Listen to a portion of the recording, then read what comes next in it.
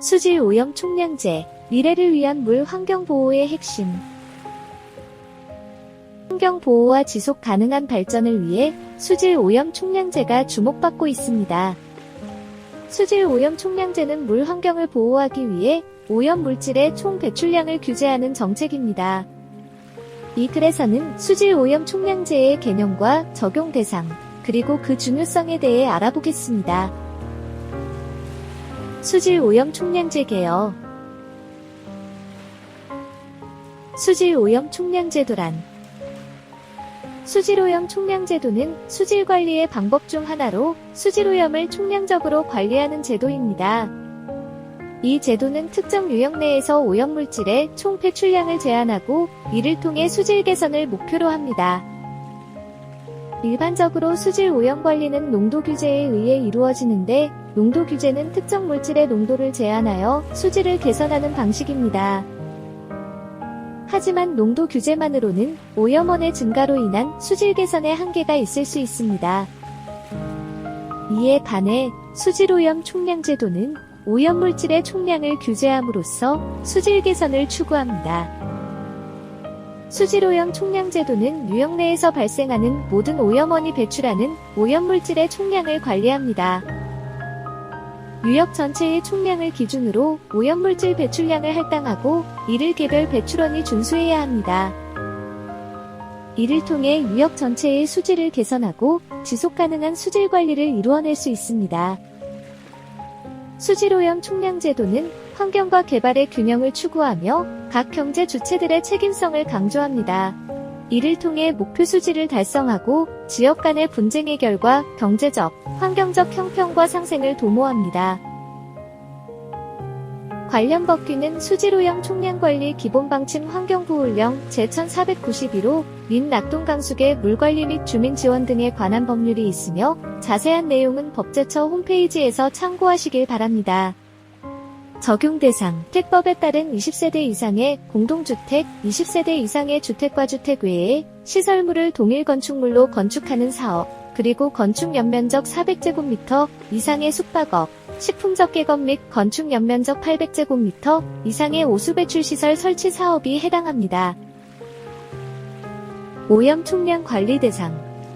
오염 총량 관리 대상 오염물질의 종류는 BOD와 T-P가 있습니다. BOD는 생물화학적 산소 요구량이고 T-P는 총인입니다. 1차 총량 계획 기간에는 BOD만 해당되었으며 그 이후 2차, 3차 기간에는 T-P도 포함되었습니다. 총량관리단위 유역 별알 당부하량은 목표 수질 곱하기 기준유량을 계산한 값입니다. 그림과 같이 하천을 4개의 수계 구간의 하단 지점에 목표 수질을 설정할 경우 4개의 총량관리단위 유역별로 오염 부하량이 할당됩니다. 시행 절차. 물질 오염의 총량을 관리하기 위해 도입된 수질 오염 총량제는 환경 보호를 위한 중요한 정책입니다. 수질 오염 총량제의 시행 절차는 다음과 같습니다. 목표 수질 설정. 오염 총량 기본 방침을 참고하여 수질 오염 물질의 총량을 산정합니다.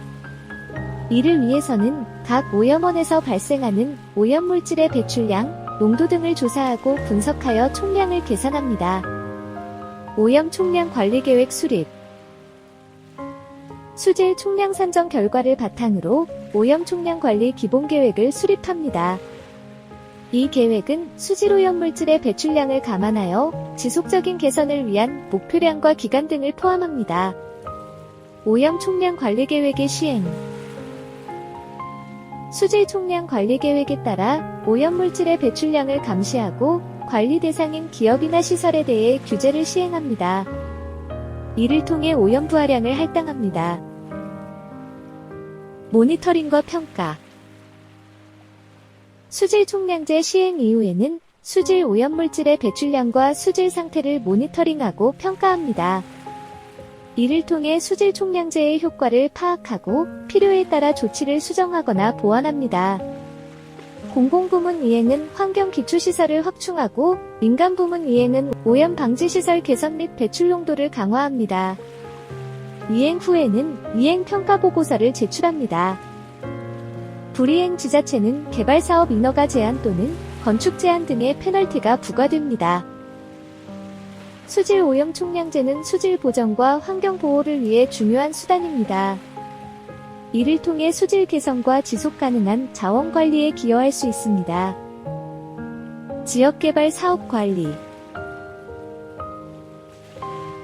시행계획에서 정한 지역 개발 부하량 이내로 개발 사업이 추진되도록 환경영향평가 시 지역 개발 사업의 오염물질 배출량 산정 타당성 등 검토, 협의합니다. 지역 개발 부하량. 수질 오염 총량 관리 계획 기간 동안 개발 사업으로 인하여 배출할 수 있는 오염 부하량. 개발 사업의 배출 부하량은 개발 사업별 위치, 종류, 규모 등의 자료를 기초로 하여 개발 전후의 배출 부하량을 제2단계 수계오염 총량 관리 기술 지침의 산정 방법에 따라 산정한 후 그 차이로 추산합니다. 개발 사업으로 인해 배출되는 오염물질의 양은 해당 단위유역의 마침표 지역개발 부하량을 초과할 수 없습니다. 또한 제2단계 계획기간 종료 후에 완공되는 개발 사업은 제2단계 계획기간 지역개발 부하량의 60% 범위 내에서 오염물질 배출 부하량을 할당합니다. 지역개발 사업의 범위는 다음과 같습니다. 1. 국토의 계획 및 이용에 관한 법률 제30조에 따른 관계기관 협의사업. 2. 농어촌정비법에 따른 농어촌 생활 환경 정비 사업. 3. 주택법에 따른 사업계획에 승인 대상 공동주택 20세대 이상의 주택과 주택 위의 시설물을 동일 건축물로 건축하는 사업. 4. 환경영향평가법에 따른 환경영향평가 대상 사업. 5. 지역개발사업 중 사업 시행 전후를 비교하여 오염물질 배출 부하량의 변동이 없는 개발사업. 지역개발사업 총량협의. 지역개발사업 총량협의의 근거는 수질오염 총량관리 기본방침 제923호 제29조입니다. 수질오염 총량 산정 및 검토 절차는 검토서 작성 단계와 협의 단계로 나뉩니다. 검토서 작성 단계는 다음과 같습니다. 1단계에서는 수질오염 총량관리 기본방침 제1042호 제27조에 의거하여 대상 여부를 판단합니다. 2단계에서는 총량 단위 유역 내인지를 확인하며 단위 유역이 어디인지도 확인해야 합니다. 2개 이상의 단위 유역에서 오염 부하량이 배출된다면 각각의 단위 유역에서 배출 부하량을 할당해야 합니다. 3단계에서는 준공 시기가 제2단계 기간 내인지 확인해야 합니다. 만약 준공 시기가 제2단계 종료 후라면 개발 부하량만큼의 삭감량을 확보할 수 있는 해당 단계의 기존 오염원에 대한 삭감 계획을 마련하여 지방환경관서의 장과 별도 협의한 후 총량협의 진행해야 합니다. 4단계에서는 사업 시행 전후에 사업 변경 내용 및 기초자료 조사를 시행합니다. 5단계에서는 제2단계 수계오염 총량 관리 기술 지침에 따라 발생 및 배출 부하량을 산정합니다.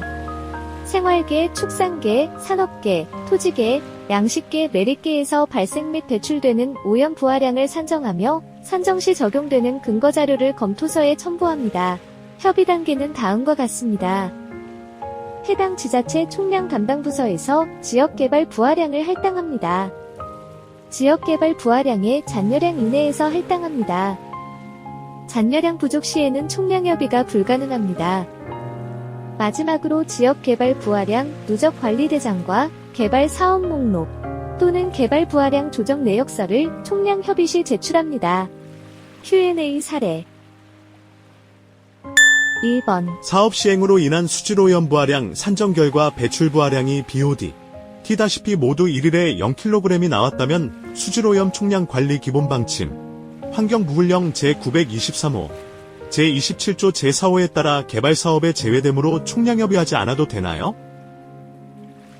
사업 시행 전 후를 비교하여 오염물질 배출 부하량 변동이 없는 경우 개발 사업에서 제외하고 있으나 배출 부하량 산정의 적정성 여부 및 그 타당성을 인정받도록 하고 있으므로 이에 대한 적정성 검토를 받으셔야 합니다.